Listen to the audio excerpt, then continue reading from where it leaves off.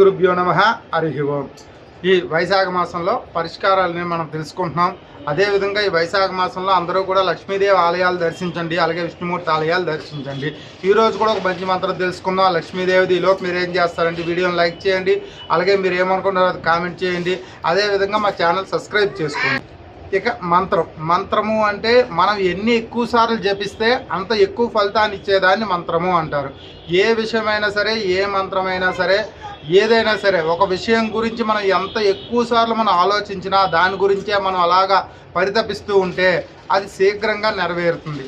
అలాగే మనకేం కావాలో దాన్ని ఇంకా శీఘ్రంగా నెరవేర్చుకోవడానికి మంత్రాలు అన్నవి చాలా ఉపయోగపడతాయి. అలాంటిదే ఈరోజు కూడా ఒక లక్ష్మీదేవి మంత్రం తెలుసుకుందాం. లక్ష్మీదేవి అనగానే మనకి అన్నిటినీ ఇచ్చేది ఆవిడే కాబట్టి, సిరులు సంపదలు అన్నీ ఇచ్చేది ఆవిడే కాబట్టి ఆవిడ యొక్క మంత్రాన్ని మనం తెలుసుకొని ఆచరించడంలో ఎటువంటి తప్పు లేదు, ఎటువంటి ఇబ్బంది లేదు. అలాగే ఆ మంత్రాన్ని మనం ప్రతినిత్యము ఎన్ని ఎక్కువ సార్లు జపం చేస్తే అంత ఎక్కువ మనకి మంచి ఫలితాలు వస్తాయి అన్నమాట. అలాంటి మంచి మంత్రాన్ని ఈరోజు మనం తెలుసుకొని పాటిద్దాం. శ్రీమాత్రే నమః. చదవండి, స్క్రీన్ మీద ఇస్తాను, చూడకుండా వద్దు. ఓం నిత్యాందే నిరాహారే నిష్కలాయై నమోస్తుతే కాత్యాయని మహాదేవి చంద్రఘంటా మహాతప. ఇది అమ్మవారి యొక్క మంత్రం.